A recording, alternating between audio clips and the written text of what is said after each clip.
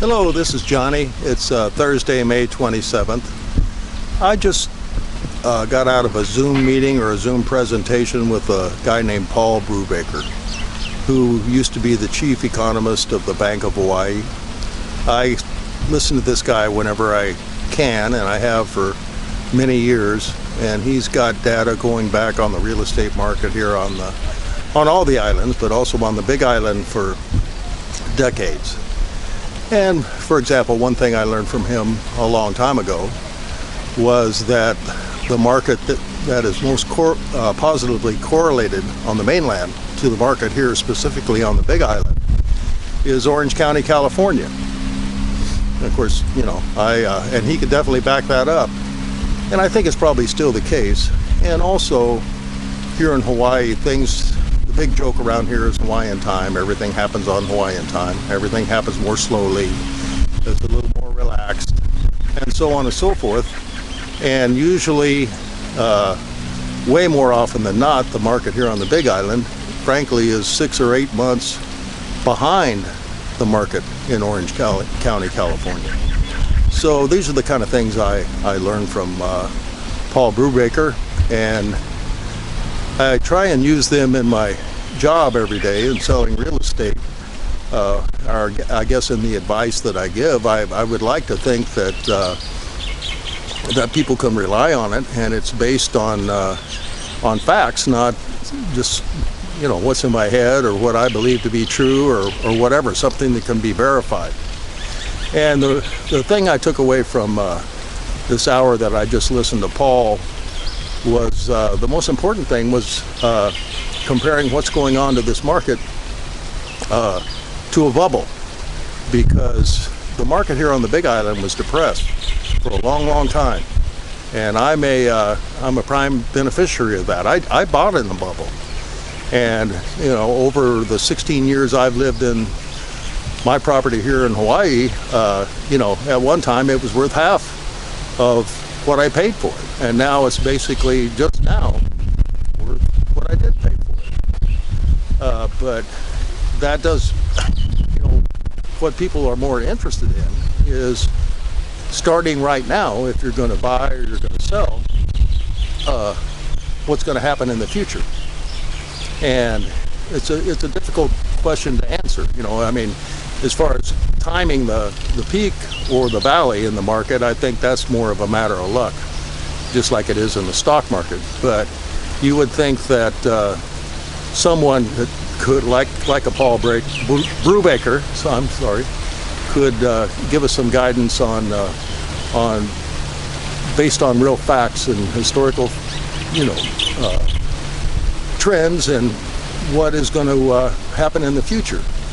And he contrasted the bubble of, say, like the GameStop, the retail software store, and what happened with that when the stocks went from $4 to $200, and now it's back to $60, all kinds of things like that, and you know, a lot of things that's happening in the stock market right now. He contrasted that with what's happening on the market on the Big Island, and in contrast to that bubble that he spoke of with GameStop, what he's calling is happening on the Big Island, he characterized it as a sort of a feeding frenzy, but not a bubble.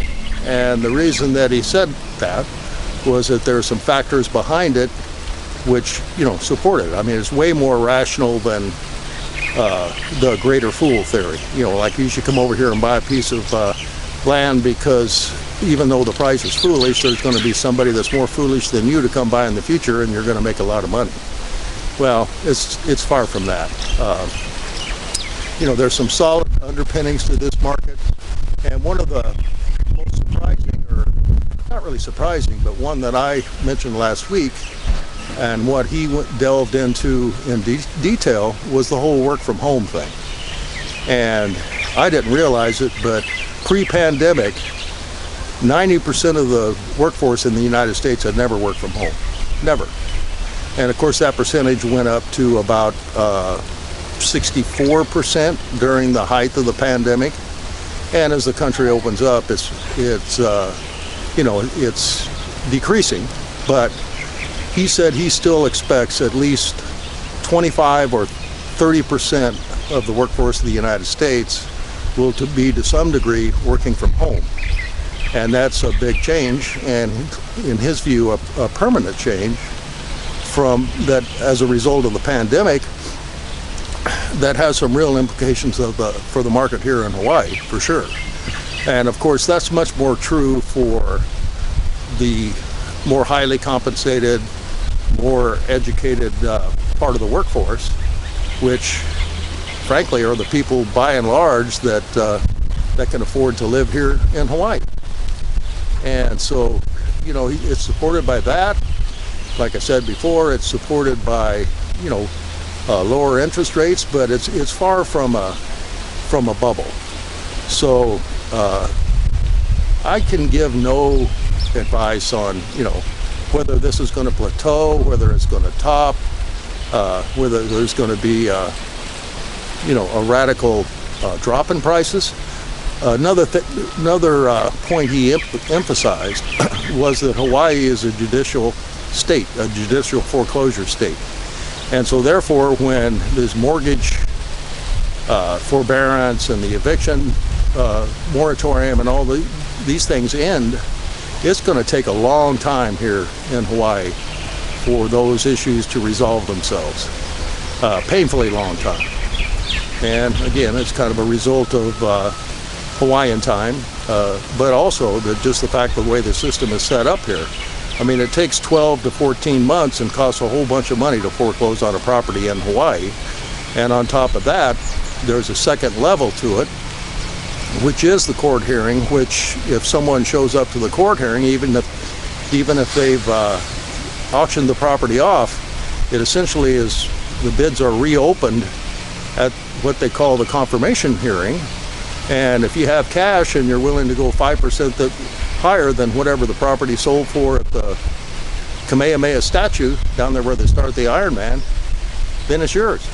So over here, the smart money shows up at the confirmation hearing, because if someone really stole a property at, you know, at the actual auction, they're not going to keep it. They're going to, you know, so anyway, it just takes a long time for issues, legal issues and planning issues here in Hawaii. It's very, very difficult to get a project approved, which would, you know, increase the supply and of housing here or the available properties and, you know, theoretically mitigate the price increases. Well, it's almost impossible. It really is. Years and years and years from the inception of a project to actually start construction, if you can get there. So I guess what I'm saying today is kind of a continuation of what I said yesterday, but maybe I'm leaning a little bit more towards seeing a brighter future for real estate here in Hawaii as opposed to the boom and the bust, which has happened in the past, because there's reasons for it. So anyway, that's if you ask me that question today, my answer is going to be way different than it was during the pandemic, and a lot of it is due to the seminar I just attended. So I hope everybody's having a good day, and I'll see you when you get over here. Aloha. Thank you.